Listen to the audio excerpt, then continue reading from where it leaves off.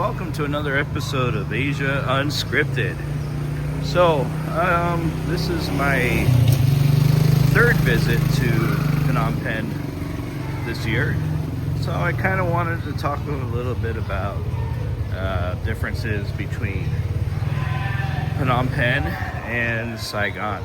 Well, the number one difference is traffic. Traffic is not nearly as bad here. But then again, you got 2 million people here versus, I think I read 13 million in Saigon. So there's a lot more traffic. But in both places, they flow pretty well. So that's not a big deal.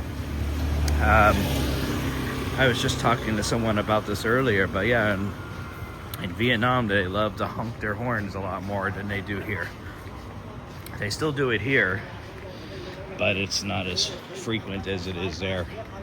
So they're not honking their horns out of anger most of the time. It's just to let you know they're in the area. So yeah, so that's a good thing, I guess, because they have a lot of motorbikes in Saigon. I read somewhere, one article said there was 8 million registered bikes. Another article said there were 10 million registered bikes, but either way, that's a lot of bikes. So I'm not sure what the number is here. I'm sure it's pretty high here too, but not quite as high as there. So we're here on Bassac Street. Did another video here at night. So we're just kind of looking around. Taking a walk through. So yeah, traffic. For me, it's not a big deal in either place.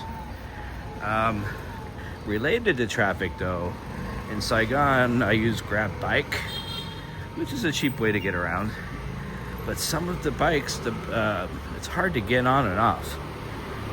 Like if it's a Honda Vision or a Honda Airblade, they're pretty easy to get on and off. But some of these drivers use these bikes that are not well known. The seats are high. It's just hard to get on and off some of it. And for me, if I'm on a motorbike for more than a 10 or 15 minute ride, my legs start to hurt. Here they use the Grab tuk-tuks, which, you just get in a tuk-tuk and just sit down like you would in a car. So, the cost is a little bit more, but not, something that's going to break the bank. So there's a Grab tuk-tuk right in front of you. So, right in front of me, I should say. You can still go a short distance for less than $1 on one of those. Same with Grab bikes. So, the other thing about bikes here is they use full-faced helmets here. In Saigon, they don't. So, they also have Grab car here. They got taxis here, similar to Saigon.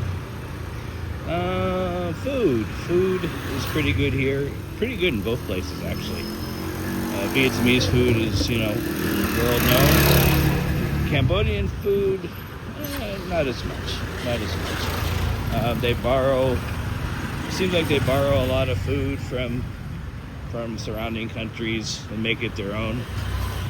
I think Vietnam does that too, especially with the look lak. I think it's a Cambodian dish, but the Vietnamese have kind of adopted that too. So food is good in both places.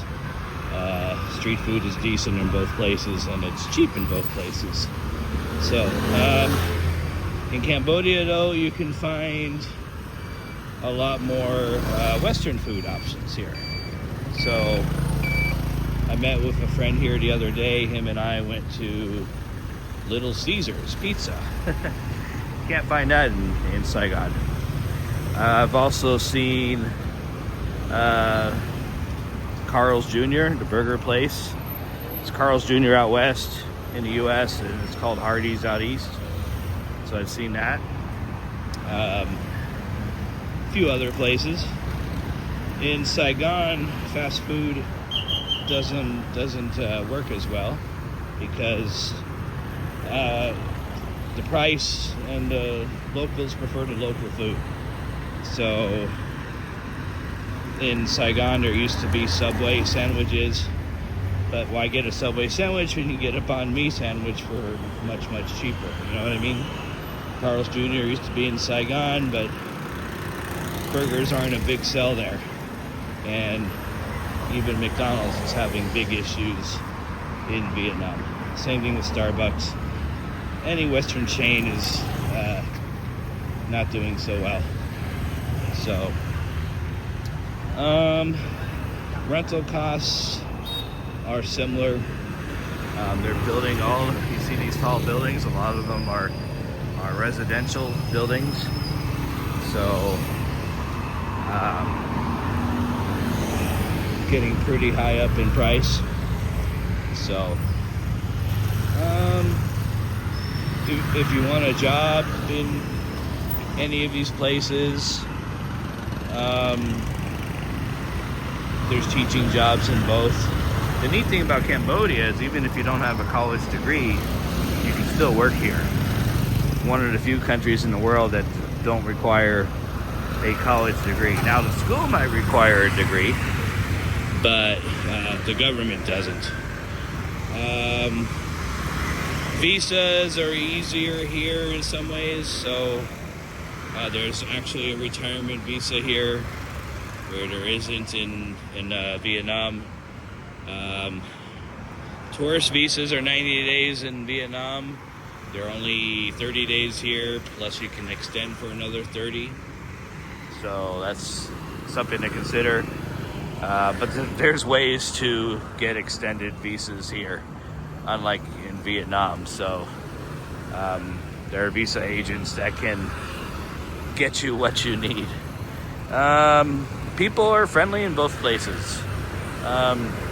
Here they kind of remind me a little bit more of Filipinos, just the way they look and the way they act. So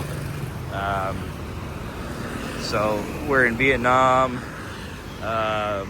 People are more light-skinned. Here they're more dark-skinned. So if you're into that, it's a good place to be.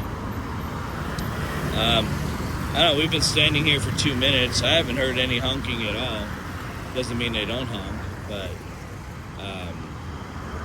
it's a lot less than in Saigon. They still don't stop for you though if you're crossing the street. They'll go around you. It's not like Hong Kong in that way, or Singapore, but that's fine. Can't all be the same way. So we're gonna cross the street here in just a second.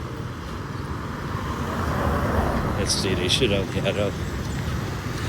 I don't feel like I'm being aimed at here, so.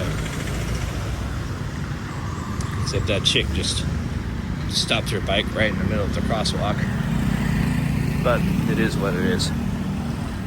Anyways, so that's just some of the differences. So we talked about food, visas, housing, traffic. If there's any other differences that you want me to talk about, let me know. I can do another video.